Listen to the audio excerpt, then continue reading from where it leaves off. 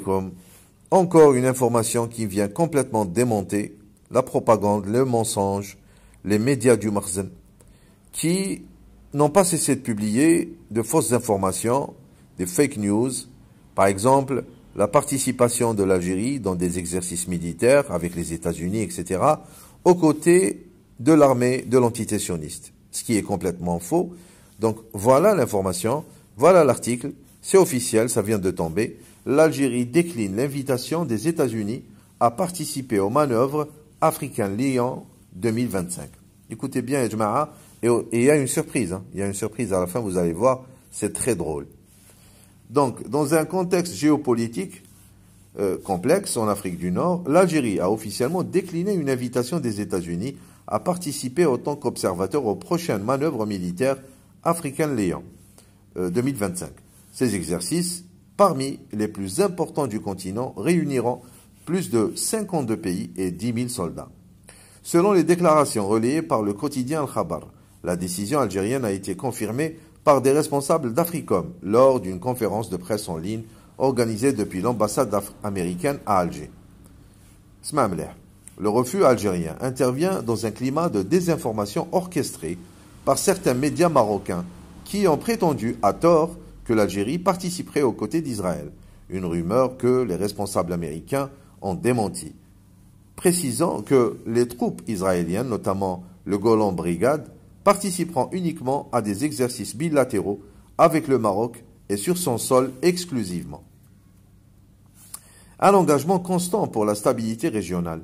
Les représentants d'Africom ont reconnu que l'Algérie joue un rôle central dans la stabilité de l'Afrique du Nord. Ils ont exprimé leur souhait de la voir participer à l'avenir, tout en respectant pleinement sa décision actuelle. Voilà, la décision appartient à l'Algérie, un pays souverain. Personne ne peut venir ne poser des questions. Bon, l'Algérie a toujours été partenaire respecté.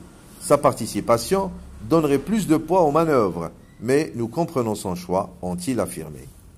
Eh, bladi. Zetsma. Aucun exercice prévu au Sahara occidental.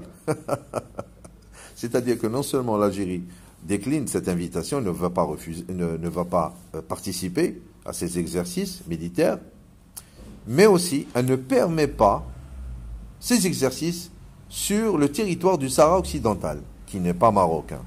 C'est atomique, Yajma. Pour éviter toute tension diplomatique, Africom a assuré que les manœuvres ne se dérouleront pas sur les territoires du Sahara occidental, mais uniquement dans le nord du Maroc, notamment autour de la région de Tantan, et sur le littoral atlantique. Une précision importante, alors que le dossier du Sahara reste une ligne rouge pour Alger. C'est l'Algérie qui décide. C'est l'Algérie. C'est nous les patrons en Afrique du Nord. Malgré ce refus ponctuel, la coopération entre l'Algérie et les États-Unis reste solide. La signature d'un mémorandum d'entente en janvier 2021 a permis de développer les échanges dans plusieurs domaines. Visites officielles, accueil de navires américains dans les ports algériens et organisation d'activités militaires conjointes.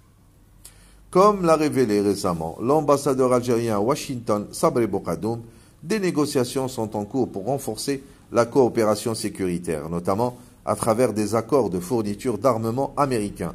Des discussions entre les ministères de la Défense des deux pays sont prévues pour finaliser des plans d'action concrets.